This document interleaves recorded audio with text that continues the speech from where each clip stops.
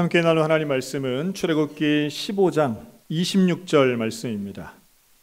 이르시되 너희가 너희 하나님 나 여호와의 말을 들어 순종하고 내가 보기에 의를 행하며 내 계명에 귀를 기울이며 내 모든 규례를 지키면 내가 애굽 사람에게 내린 모든 질병 중 하나도 너희에게 내리지 아니하리니 나는 너희를 치료하는 여호와임이라.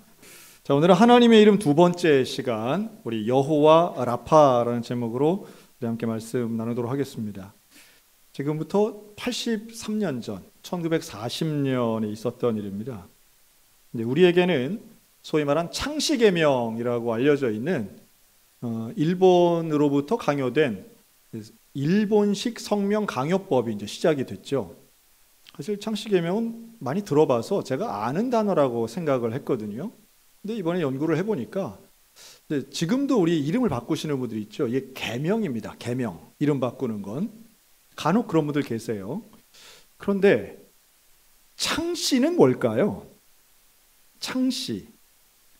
창씨라고 하는 개념이 제가 생각했던 것과 좀 다르더라고요.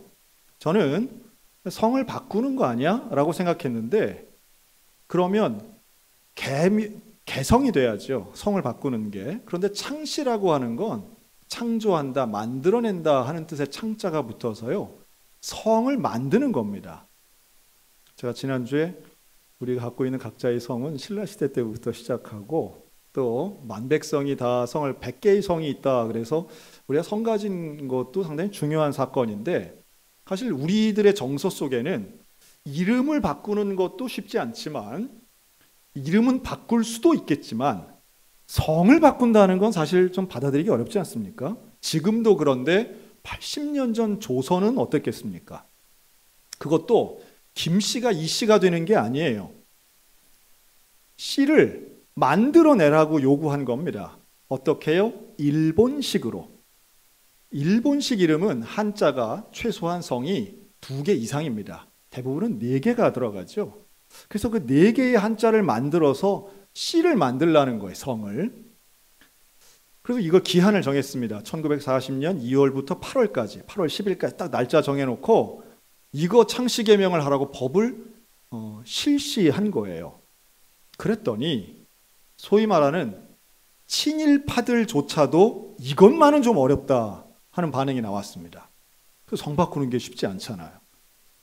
다른 건 다 하겠는데 이게 조상이 물려주신 건데 성을 어떻게 바꿉니까? 이제 난리가 난 거죠. 그래서 그 6개월 동안 사실상 창씨계명을 하신 분이 채 7%밖에 안 돼요. 그래서 일제는 할 수 없이 기간을 늘립니다. 1941년 그 다음에 연말까지 창씨계명 다시 기간을 넓혀요. 그리고 1년 동안, 1년 반 동안 열심히 억압합니다. 그렇다고 우리가 바꾸겠나 생각을 하는데요. 놀랍게도 41년 연말이 됐을 때는 공식적으로는 100%, 실제적으로는 80%가 자발적으로 창씨계명을 합니다. 친일이든 반일이든 독립투사든 아니면 지식계층이든 신분에 상관없이 기독교인이든 비기독교인이든 거의 대부분이 창씨계명을 합니다. 조금 죄송하지만 여기 계신 분들의 대부분의 증조할아버지, 고조할아버지들은 했다고 봐야 됩니다. 저희 집안도 다르지 않죠. 다만 우리가 그 이름을 모를 뿐이죠. 자, 근데 어떤 이런 큰 변화가 생겼을까요? 어떻게 해서 그 강력하게 거부하던 분들이 창씨계명을 했을까요? 첫째는 경제적인 압박이 들어왔습니다. 안 하면 어떤 경제활동도 못하도록 한 거죠. 여행도 할 수 없었습니다. 그러나 조선인이 창씨계명을 했던 결정적인 이유를 지금 와서 역사학자들이 뭐라고 보느냐 하면 하나로 모아지던데요. 그건 바로 창씨계명을 안 하면 당신의 자녀들이 교육받을 수 없다라고 하는 지점이었습니다. 학교를 못 다니는 거예요. 여기에서 지식계층들이, 양반들이 먼저 앞장서서 창씨계명을 하게 됩니다. 나를 위해서가 아니라 내 자녀들을 위해서였습니다.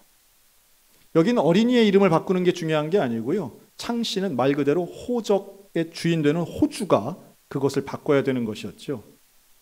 그래서 여기에 격분한 분들이 소수였지만 조상 뵐 면목이 없다. 그래서 자녀들을 위해선 창씨 계명을 하고 스스로 목숨을 끊은 분들도 다수가 있습니다. 이름이 얼마나 중요했는가? 언어가 얼마나 중요한가? 우리에게 있어서는 뭐 그까짓 이름이라고 생각하시는 분들도 혹시 계실지 모르겠지만 누군가는 그 이름에 목숨을 걸었던 분들도 있습니다. 저는 역사를 보면 볼수록 우리가 1940년대에 살지 않고 지금 사는 게 얼마나 감사한가를 새롭게 깨달아요. 자유롭고 풍요롭고 그러면서도 예수를 믿을 수 있는 이 시대에 내가 살고 있는 건 얼마나 감사한 일인가라는 거죠. 지금 우리는 지난주에 이어서 여호와의 이름에 대해서 살펴봅니다. 그 여호와의 이름은 곧 우리에게 경험되어진 하나님이시고요. 그 하나님의 이름을 부르는 순간 구약에 나오는 많은 사람들에게는 그 하나님은 나와의 특별한 관계가 있었던 겁니다. 여러분, 우리 모두에게 오늘 그 여호와 라파의 하나님, 나를 치료하시는 그 하나님, 나를 고쳐주시고 회복시켜주시는 여호와의 이름이 경험되는 복된 시간 되시기를 주님의 이름으로 축복합니다. 이스라엘 백성들이 출애굽을 합니다. 200만 명이 넘었어요. 근데 이들이 광야에 가서 그 홍해가 갈라지는 기적을 보고 하나님 앞에 찬양하고 춤추던 사람들, 그런데 수르 광야에서 3일 후에 그 광야길 3일 만에 이들은 배고프고 목마름에 직면합니다. 물이 없는 거죠. 그런데 물을 발견해요. 근데 물을 발견하긴 했는데 그 물은 마실 수 없는 쓴 물이었습니다. 그 쓰다라고 하는 단어, 마라라고 하는 단어를 써서 그 지명을 정합니다. 여러분, 여기서 말하는 쓴 물은요, 맛이 쓰다기보다는 마실 수 없는 물이라는 뜻이에요. 물이 있는데 마실 수 없어요. 근데 목마름은 인간의 생존에 너무 중요하죠. 물이 없으면 사람이 살 수 없습니다. 우리 인생에 쓴물을 경험할 때가 있습니다. 보이는데 사용할 수 없어요. 필요한데 가질 수 없어요. 이게 요즘 말로 한다면 도대체 나는 되는 게 없어. 이 정도 해석하면 되지 않을까 싶어요. 가끔 이제 서울 가보면 전 저만 그런 생각하는 줄 알았거든요. 근데 다들 그런 생각을 하시더라고요. 서울에 가서 높은 건물을 보면 뭐라 그래요? 이렇게 건물이 많은데 누구 건 하나도 없어요? 저는 저만 그냥 속돼서 그런 생각을 했나 했더니 그런 생각을 다 가지시더라고요. 아파트가, 우리나라는 가정수보다 아파트가 훨씬 많아요. 지금 대한민국은 그렇습니다. 가정수보다 아파트 숫자가 많은데 뭐가 없어요? 내 거가 없어요. 그 중에. 신기하죠. 그럴 때 이제 드는 생각은 뭐냐 하면 왜 나는 없지? 왜 나는 안 되지? 잘 되는 사람들 저렇게 많아 보이고 저렇게 여유로운 사람들이 많은데 왜 내 건 없는가? 여러분, 내 뜻대로 되지 않을 때 사람들이 보이는 일반적 반응은요, 원망과 불평입니다. 쓴물 앞에서 히브리인들이 보였던 태도와 똑같아요. 원망합니다. 무슨 물을 마실 겁니까? 하고 막 원망을 해요. 이 원망이란 단어, 알룰이란 단어인데요. 이 원망은 그냥 입으로만 불평하는 게 아니라 근본적인 불평을 하는 겁니다. 왜 끌고 나와서, 왜 태어나게 해서, 즉 창조주에 대한 불평으로 일반적으로 해석합니다. 그 원망이 하나님을 향한 원망인 거예요. 요즘 우리 한국 사회에 가장 보편적으로 쓰였던 몇 가지 단어가 있는데요. 묻지마 범죄. 참, 이 묻지마라고 하는 말은 참 안 좋은 말인 것 같아요. 최근에 신림동에서 벌어지고 또 서현역 근처에서 있었던 칼부림, 또 흉기 난동 사건이 있었습니다. 여기에서의 공통점은 가해자와 피해자가 대부분 젊은이들이었다는 거고요. 20, 30대였습니다. 그리고 가해자와 피해자 사이엔 아무런 연관성이 없었던 거예요. 저는 이 두 건만 있나 그랬더니요, 작년 한 해에만 이런 비슷한 게 27건이 있었더라고요. 다만 사람이 많이 안 죽고 뭐 죽지 않고 크게 안 다친, 그래서 뭐 위협 정도 하고 망치로 때리고 뭐 이런 일들이 전혀 관계가 없는 사람을 그렇게 위협하고 때린 게 한 27건이 됐는데요. 이걸 조사한 리포트를 제가 한번 봤습니다. 왜 그랬냐? 왜 처음 보는 사람을 왜 칼로 찌르냐? 왜 처음 보는 사람을 망치로 때리냐? 물론 거기에는 어떤 정신병력이라든가 조현병이라든가 이런 것들도 있었지만 대부분 우리가 예상할 수 있는 지점이 있더라고요. 즉 나하고 비슷한 또래의 20대 남성이 웃으면서 걸어가는데 나는 되는 게 하나도 없고 나는 할 줄 아는 것도 없는데 나하고 비슷한 나이 또래 저 사람이 즐겁고 행복한 것 같아 보이는 게 견딜 수 없어서 분노가 치밀어서 때렸다는 거예요. 이해가 안 되죠? 이해가 안 됩니다. 용납할 수도 없습니다. 그러나 분명한 건 지금 제법 많은 사람들이 분노하며 살아가고 있다는 거예요. 내 뜻대로 되지 않는 자신의 상태를 비관하면서. 물론 내 뜻대로 안 된다고 해서 다 폭력으로 그걸 해소하지는 않습니다. 그 방법이 정당할 수도 없어요. 그럼 우리들 마음속에 혹시 그런 쓴물 같은 상황에서 내가 원망이나 혹은 가까이 있는 사람들에게 공격적인 성향을 보이며 내 분노를 표출한다면 그건 문제가 해결되는 게 아니라 더 심각한 자기 파괴가 이루어진다는 겁니다. 히브리인들은 그 쓴물 앞에서 원망합니다. 막 그 원망은 번져갑니다. 원망은 마치 전염과도 같아요. 한 사람이 원망하면 그 옆에 사람도 그렇지 하고 따라서 같이 막 원망합니다. 원망의 대상 찾는 것 금방금방 일어나요. 그런데 놀라운 건 이 200만 명 중에 원망하지 않은 사람 한 명이 나오는데 그가 바로 모세입니다. 모세는 원망하지 않아요. 그도 목이 말라요. 그도 쓴물 앞에선 방법이 없어요. 그도 물이 있어야 살 수 있는 사람이에요. 그런데 그는 문제 앞에서 원망이 아니라 하나님 앞에 기도를 선택합니다. 사랑하는 성도 여러분, 쓴물 앞에서 원망이 아닌 하나님을 찾는 기도의 백성들 되시기를 주의 이름으로 권면합니다. 그리고 그렇게 기도했을 때 하나님께서 한 나무를 가리키십니다. 그랬더니 그 나무를 쓴물에다 집어넣었더니 단물로 됐다는 게 우리가 잘 알고 있는 출애굽기 15장의 내용이에요. 참 특별한 기적이죠. 특별하면서도 좀 이상합니다. 뭐 꼭 나무를 집어넣어야 될까요? 그냥 뭐 단물이 되면 안 될까요? 또 꼭 무슨 쓴물 앞에서 그걸 고쳐야 될까요? 그게 아니라 다른데 강물이 터지게도 하실 수 있는 분 하나님이세요. 분명한 이유가 있죠. 하나님께서 그렇게 하셨다면 거기엔 이유가 있는데요. 백성들에게 가르치시는 거예요. 다른 물을 주신 게 아니라 교체한 게 아니에요. 변화시켜 주십니다. 먹을 수 없던 물을 먹을 수 있는 물로 바꾸십니다. 쓴 물을 단물로 바꾸시며 그 하나님 하신 말씀은 하나예요.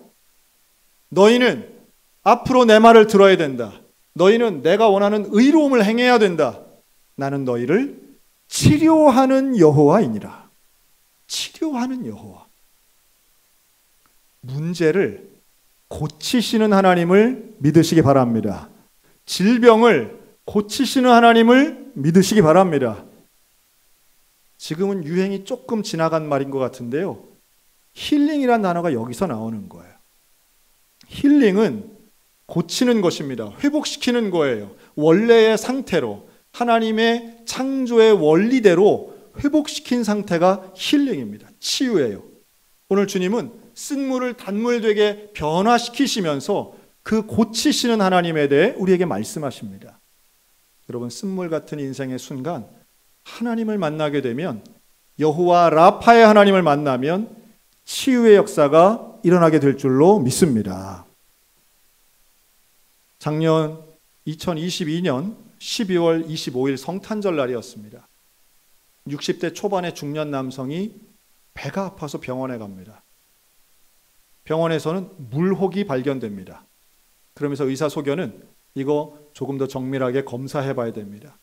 추적 정밀 검사해야 됩니다. 라는 소견을 받았어요. 그로부터 4개월 후 4월 달 다시 검사를 받고 세밀하게 조직 검사를 받았을 때 일주일 후의 검사 결과는 간암으로 나왔습니다. 여러분들 잘 아시는 신덕근 장로님 이야기입니다. 여러분, 인생을 살면서 그런 순간이 있습니다. 당신 암입니다. 암이에요. 믿을 수 없었습니다. 서울 삼성병원에 가서 다시 검사했고 최종으로는 일산에 있는 국립암센터에서 암 3기에서 4기 사이라고 하는 최종 결정을 받게 됩니다. 우리나라에 살고 있는 사람들 중에 암 발병률은 이미 40%가 넘었습니다. 우리가 평생을 살아가면서 내 몸에 암이 생길 수 있는 가능성은 40%가 넘어요. 그럼 이게 가족으로 연결해서 생각해 보면 배우자, 자녀, 형제, 부모, 그러면 집안에 암 환자가 반드시 한 명 있는 것은 통계가 증명하는 일입니다. 다시 말해 암 걸리지 않는 게 기적 같은 일인 거예요. 뭐 탄 음식 안 먹고 탄산음료 안 마시고 스트레스 안 받으면 암에 안 걸린다고요? 그렇지 않습니다. 암에 걸린 분들 이야기를 들어보면요, 음식하고 전혀 상관없는 그런 사례들 정말 많이 있습니다. 다시 한번 말씀드리지만 아직까지 가족 중에 암 환자가 없다? 기적을 경험하고 계시는 중이에요. 그러나 누구든 암 판정을 받는 그 순간 인생이 변화됩니다. 달라져요. 세상을 보는 눈이 달라지고 내 일생을 돌아보는 시각이 달라집니다. 감정도 달라집니다. 신덕근 장로님은 그때 당시 몸 어디도 아픈 데가 없었던 거예요. 배 아팠던 12월은 지나고 한 군데도 아픈 데가 없는데 어떻게 내가 암입니까? 의사가 말합니다. 지금 당장 손 쓰지 않으면 얼마 못 갑니다. 치료 방법은 다양하게 있지만 그 중에 간 이식을 제안받습니다. 우리 인간의 장기는 대부분 이식이 가능합니다. 그런데 살아있는 상태에서 이식을 할 수 있는 건 몇 개 안 돼요. 그 중에 하나가 간이죠. 간은 이식을 받은 사람도 이식을 한 사람도 간은 자라게 돼 있습니다. 그런데 이식을 할 때는 내 간의 절반 이상을 줘야 되는 거예요. 여러분, 간암에 걸려서 돌아가시는 많은 분들의 수기를 읽어본 적이 있습니다. 간이식에 대한 희망을 갖고 있지만 간이식 그렇게 쉬운 얘기가 아니에요. 여기에 이름을 대입하면 금방 답이 나옵니다. 여러분, 내 아버지 살리자고 내 딸의 간을 할아버지에게 줄 수 있겠습니까? 대부분은 부모와 선에서 다 막습니다. 안 돼요. 물론 본인도 거기에 동의가 쉽지 않지만 가족들의 동의는 더 어려운 이야기예요. 신덕근 장로님에게는 아들이 둘이 있습니다. 그 중에 둘째 아들 신종현 형제가 나의 간을 아버지에게 드리겠다고 결단합니다. 가족들이 모일 때마다 우는 거예요. 신덕근 장로님 살리는 건 중요하죠. 그러나 당시의 신종현 형제는 상당히 건강해요. 직장은 강원대학교 병원의 직원입니다. 근데 그에겐 또 하나의 직업이 있습니다. 바로 30이 다 되어서 들어간 풋살 국가대표가 우리 신종현 형제의 직업이에요. 어릴 때부터 꿈꾸었던 축구선수의 꿈을 그는 포기하지 않고 계속 이어가고 있었습니다. 그래서 그 나이 때에 우리나라 풋살 국가대표로 뽑혔어요. 경기 정말 잘합니다.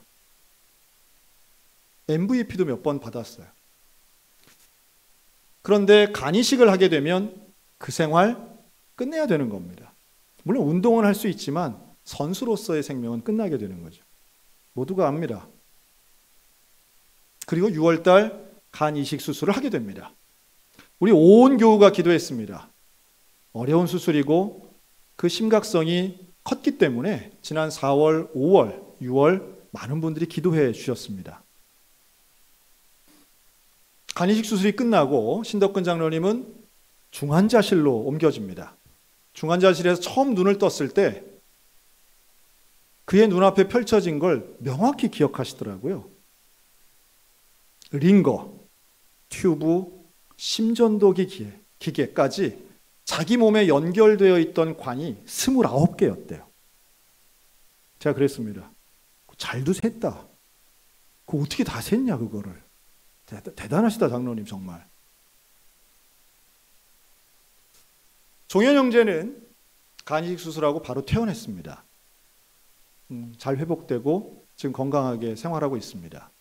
그리고 지난주 우리 청소년 교회 수련회, 여름 수련회 때 교사로 참석해서 아이들 앞에서 바로 이번 이 수술을 간증했습니다.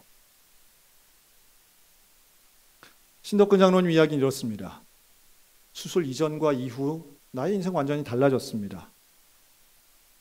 지금 장로님은 이식된 그 간이 잘 자리를 잡기 위해서 안정 중에 있습니다. 면역력은 완전히 낮아졌기 때문에 지금 의사 소견으로는 감기에 걸리면 큰일 나고 코로나 걸리면 심각해진다는 거죠. 그래서 외출을 자제하고 사람을 안 만나고 있습니다. 소화불량이 때때로 오고 또 몸도 예전 같지 않습니다. 그러나 분명한 건 하나님이 살려주셨고 지금 기적과도 같은 하루하루를 살아가고 있습니다. 제가 전화통화하면서 그랬습니다. 우리 교회에서 최고 효자 신종현이라고. 그때 장로님이 하시는 얘기가 중학교 2학년 때는 아주 그냥 그놈 때문에 내가 죽을 뻔했는데,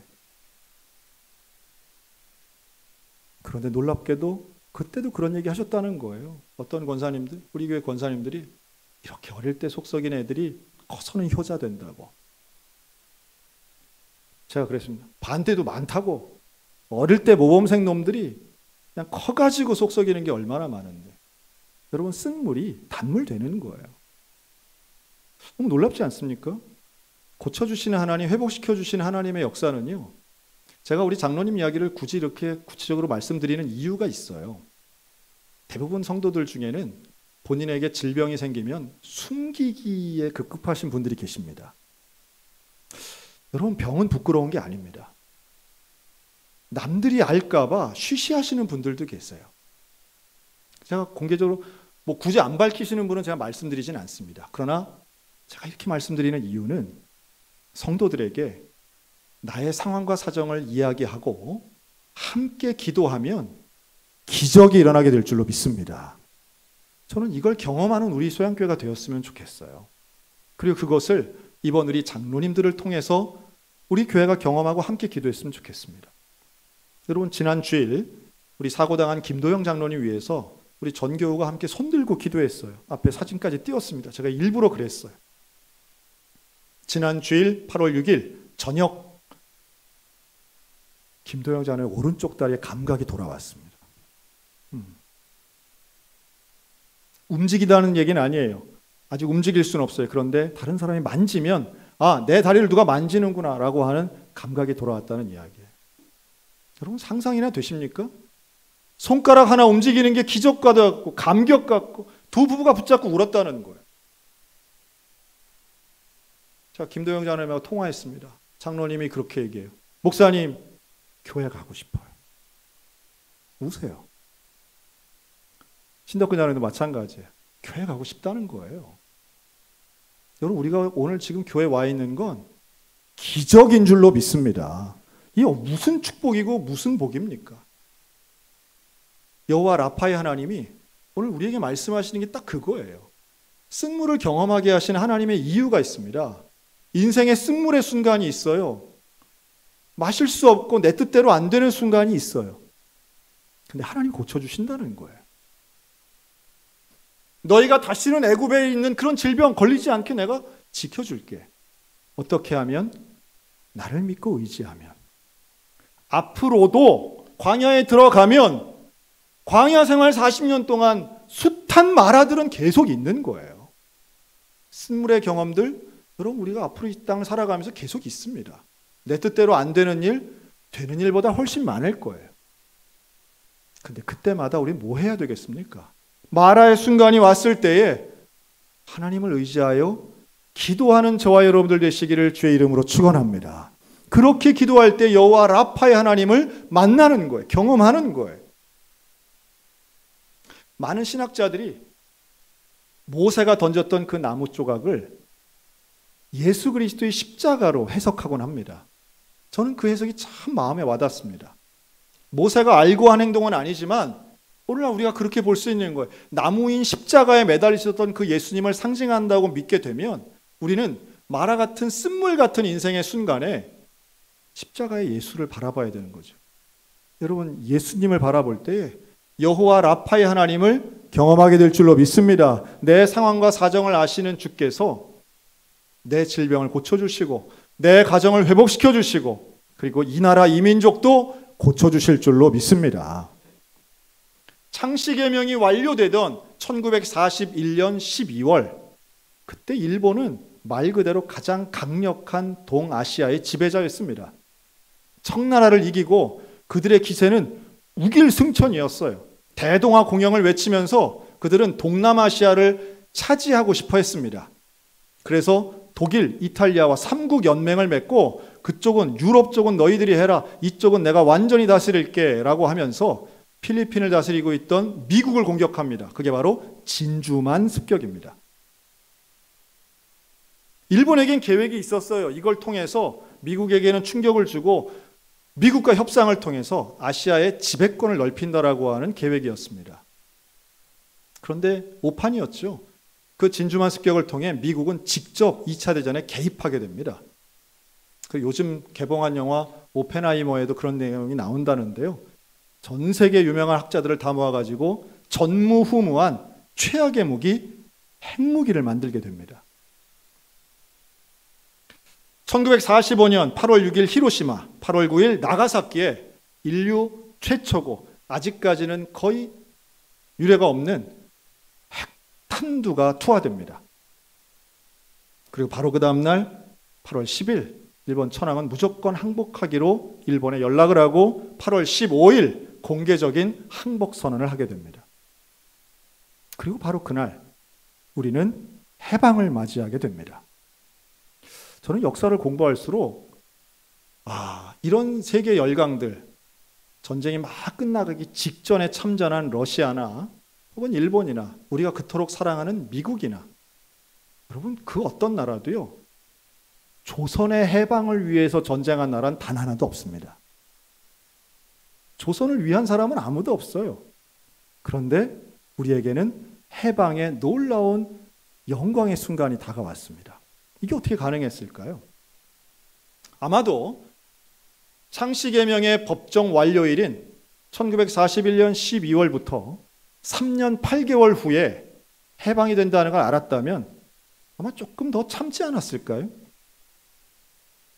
하나님의 역사는 아무도 모르는 그 순간 분명히 일하고 계시는 하나님, 회복시키시는 하나님, 쓴물을 단물로 만드신 하나님, 일제의 치하를 해방으로 만드신 여호와 라파의 하나님께서 우리 민족을 고쳐주신 줄로 믿습니다. 누군가 기도했기 때문이라고 저는 믿습니다. 당시에 폐쇄되었던 우리 성결교회도 조국의 해방을 위하여 열심히 기도했고 많은 사람들이 특별히 창씨 개명은 했을지라도 우리 기독교인들이 포기하지 않고 기도했으며 일하시는 하나님, 은혜의 하나님께서 이 민족을 치유하신 줄로 믿습니다. 그렇다면 오늘 우리들 그 여호와 라파의 하나님을 믿음으로 붙잡고 우리도 기도해야죠. 이 나라가 더 이상 분노가 다스리는 나라가 되지 않도록 기도해야 할 것입니다. 또 우리의 가정이 관계가 다 깨어지고 상처받은 가정이 아니라 하나님이 고쳐주시는 치유되는 가정을 위해서 기도해야 됩니다. 그리고 우리 각자에게 있는 질병의 고통, 질병의 문제를 치유하신 하나님을 의지하며 기도할 때에 분명히 고쳐주시는 하나님, 기적의 하나님, 치유의 하나님이 그 여호와 라파의 하나님이 우리 모두 가운데 임하실 줄로 믿습니다. 그 하나님 붙잡고 오늘도 치유의 은혜를 경험하는 저와 여러분 다 되시기를 주님의 이름으로 축원합니다.